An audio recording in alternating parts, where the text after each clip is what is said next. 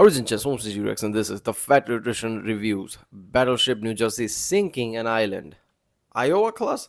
Okay, what is an Iowa class? I'm pretty sure I've heard of this before, I don't know. I'm guessing they're like classification, but they somehow gave it to states? Iowa is a state, right? I guess something happened in Iowa, that's why they was classed as Iowa. I don't know. Yeah, so I don't know. I saw already a battleship video from this channel, which was insane. That was the last battleship, if I remember correctly, US's last battleship, and it was like a really powerful one. Even did all the shit in World War II and everything, even the Normandy and things, which is like you don't hear about that, but yeah, that's a significant thing, right? Normandy is significant, so there you go. I don't know. Island, how can you sink an island? Sink in an island. I don't know. They're gonna bomb the shit out of island so bad that it's just gonna fill with water. There you go. It's saying, is that it? Okay, it's gonna be interesting. Let's watch it.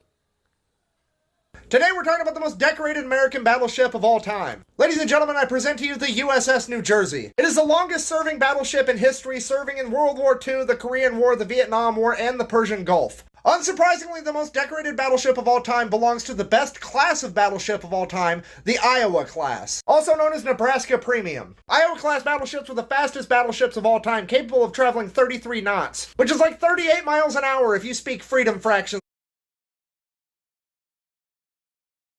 Adult. Or if you've got some weird decimal fetish, it's like 61 kilometers an hour. So what do you sacrifice to be the fastest battleship of all time? Absolutely nothing, because it's also the hardest hitting battleship of all time. It is equipped with 49 Oerlikon autocannons, 20 quadruple Bofors, 10 Mark 28 5-inch turrets, and its main armament of 9 Mark 7s installed on 3 turrets. These guns shoot a 16-inch, 2,700-pound HE shell. And if you don't Look at that photo. Seriously, look at the fucking look at that. How many guns do you need? Yes. Look at that. 1, 2, 3. It's even hiding behind the fire for some. Okay. That's some insane shit of firepower. That's what I love about Battleship. They're like, let's just put everything you can think of our largest slab of metal or whatever that is, just basically fuck shit up. No, HE stands for high explosive, which is American for get effed. I've been informed I'm no longer allowed to say fuck. Whoops.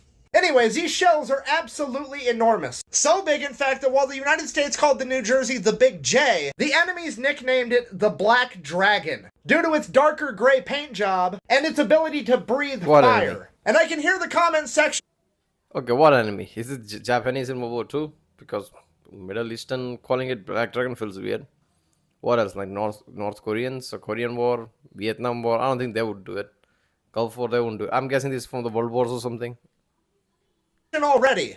Buh! The Yamato had bigger guns. Buh! I didn't say the USS New Jersey had the biggest guns of all time. I said it was the hardest hitting of all time. Believe it or not, the American military doesn't really subscribe to bigger is better. We prefer accuracy by volume. While the 16-inch guns on the New Jersey are in fact smaller, they do have a much higher muzzle velocity, allowing them to have just as much, if not more damage than the 18-inch guns on the Yamato. However, because they're smaller and lighter, it allows the USS New Jersey to carry more ammunition, as well as fire it faster, meaning that it is absolutely the hardest hitting battleship of all time. And in 1969, while the Yamato was busy being a coral reef, the USS New Jersey proved it. Let's just read it together. The New Jersey showed what her... I'm not gonna lie. Okay, I've seen this a bit less nowadays with the newer videos. But these old videos, Fat Electrician jabbing, everybody just like, oh, Yamato, oh, you're a fan of Yamato, are you? You're a fan of metric system, right? I love the jab every time he gives it.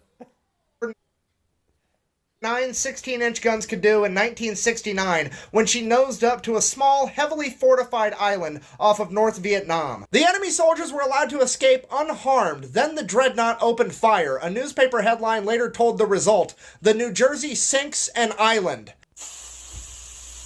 I need a minute to process. Please hold. It sunk a fucking island. I didn't know that was an option. And not even just like your regular ass island. This is a fortified island. This island's been drinking its milk and it still got fucking deleted. Like, I had no idea that you could waterboard a landmass. Poor Mother Nature's been rubbing 2 tectonic plates together for a millennia to make this island. And then you piss off on... Damn. I mean, volcanic activity. But still, like, okay, how does it sink like that?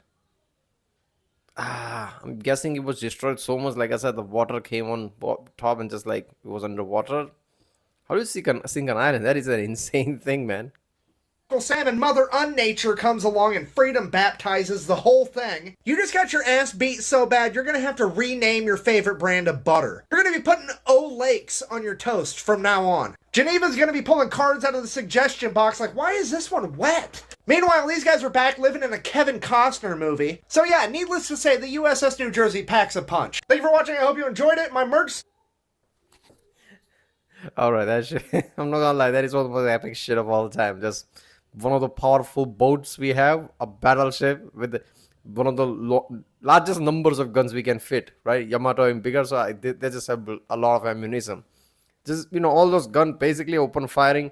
One thing I've noticed about Americans basically in recent history, especially that they're like, okay, you know what, you're allowed to, even in the Iran war, okay, you know what, you're allowed to leave. Okay, everybody left, now blow the shit up, right? I mean, in other wars, like, war crimes is like becomes a suggestion at that point. People will just like fucking and just sings things left and right, right? In this one, oh, you're allowed to leave. When they leave, they just fucking sink it. That's something. Okay, I bet they just did this to flex, right? Look at that, we can't even sink an island. What you want? It's just a flex. Yeah, I think this is over, right? Yep. Damn, I love all this, like, battleship videos from this channel. I don't hear about Battleship at all. I guess, only game that is, I guess, there's something game about Battleship, right? But yeah. You know what? Let's watch another ship video. It was just there. The USS Nevada, BB-36. His ship that won't sink. Apparently they nuked it. What the fuck? Let's watch it. Today we're talking about the ship that wouldn't sink. Ladies and gentlemen, the USS Nevada. Predating both world wars, it is America's first super dreadnought, as well as the first American battleship to run on oil instead of coal. We won the attack on Pearl Harbor. The USS Nevada was the first ship hit. It was subsequently the first ship to return fire and to down an enemy aircraft. It is also the only one of the 8 battleships present to successfully get underway during the attack. Despite being hit by a torpedo and 5 250-kilogram bombs, while being on fire and taking on water, the USS Nevada would still manage to rescue sailors from the water of the wreckage of the USS Arizona. It would then go on to intentionally beach itself at Hospital Point. The Nevada would get repaired and upgraded and go on to be the only ship at Pearl Harbor and D-Day. While in the European theater, they would bombard the enemy so much that they would actually wear out the barrels of their guns, at which point they would return to New York to have their ship fitted with barrels. Yeah, this is such a flex, right? Enemy attacks you, initially starting World War II for you, right? The first ever proper attack for US. Just like, nah, son, I don't do that. I don't do that shit. And just walks away. And now another battle. Salvaged from the USS Arizona. After this, they would return to the Pacific Theater for the invasion of Okinawa, where they were attacked by 7 kamikaze bombers, one landing a direct hit. Didn't even come close to sinking it. The Nevada would remain in service until the end of World War II. And that is when things got very...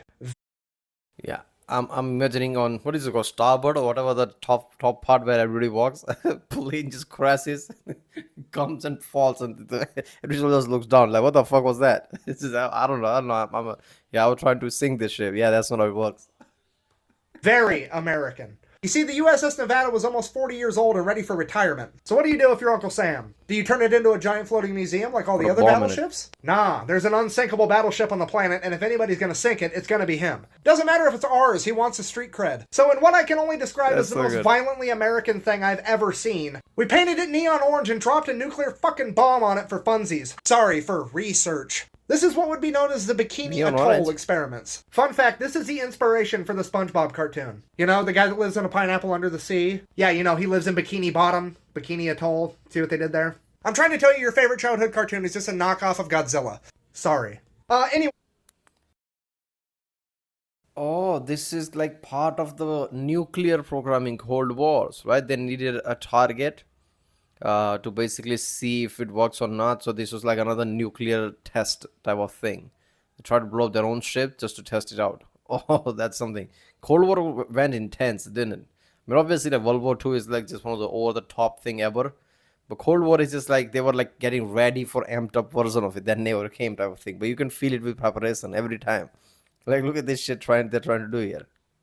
Anyways, here's the kicker. It didn't sink. How that's possible, I have no idea. I guess you're gonna need something more than a burning, tingling sensation to take out a ship named after the home of Las Vegas. So you just hit your own boat with a nuclear bomb and you didn't sink it. What do? Fucking double tap, hit it again. They dropped a second nuclear bomb on it. And apparently the Nevada is made out of Nokia phones because it survived. So now you've got a 28,000-ton battleship that looks like a fucking road cone and is highly contaminated with radiation. It's kind of becoming a problem. So they dispatched every available ship they had to go bombard it, including one of America's biggest battleships, the USS Iowa, shooting 16-inch shells that weigh approximately 2,000 pounds apiece. The Iowa and several other ships fired upon the Nevada for 5 days straight, and were still unable to sink. I mean, Iowa? Isn't it the one we just saw it? New Jersey? New Jersey? Yeah, New Jersey, right? Yeah, Iowa's Class Battleship, right? It. A direct hit from an aerial torpedo would finally sink the USS Nevada, ending the story on what is arguably the toughest naval vessel of all time. And I only say arguably because of the USS Lafay, not because of the Bismarck. Nobody cares. Buh, it took the entire British Royal Navy to bring it down. Buh. And even then, the crew intentionally sunk it so it wouldn't fall into enemy hands. Buh. You know what? We sunk our own ship too. The only difference is we did it after we won. And even then, we did it with more style. Talk to me when you get 2 atomic bombs under your belt. Okay, yeah, seriously. First of all, how did it survive atomic bomb? I'm guessing atomic bomb dropped from top or something. And in order to sink it, you had to like attack from below or something. And top part is like very fortified, so it just took the brunt of the fire. I don't know. How does that work? A nuke is like really powerful too. I think it should definitely sink a ship, but it didn't. What was the technical detail behind it? Like why that didn't work? And 2 of them, for fuck's sake, this is insane. I don't know. I just feels like it's from attack from above would have just like taken a lot of broke, right? Even then, it's just like how do you survive an atomic bomb? That's insane. It's a fortified bunker walking around. Damn. So yeah, this is the whole thing is so insane, right? And they're like, fuck it, send it out battleship. So there is no video of this. It would be so good if there would be some video of this. People trying to do this shit. Merch store and other links are available at the Fat Electrician. Yeah, this was insane. First, the obviously Iowa class battleship, and this now USS Nevada. This is also Iowa class, is it? It better be. If it's not the biggest ship that they into, like what others have hope, right? Yeah. Well, there was like 2 of the ships. One the insane ship. There was Iowa class New Jersey, which basically bit slap things. The same thing with this bit slap even more with the Pearl Harbor and everything. And now here kamikaze attacks. Just get out of here. Just brushed it off. Alright, if you like my next one, don't forget to subscribe, and I'll see you next time.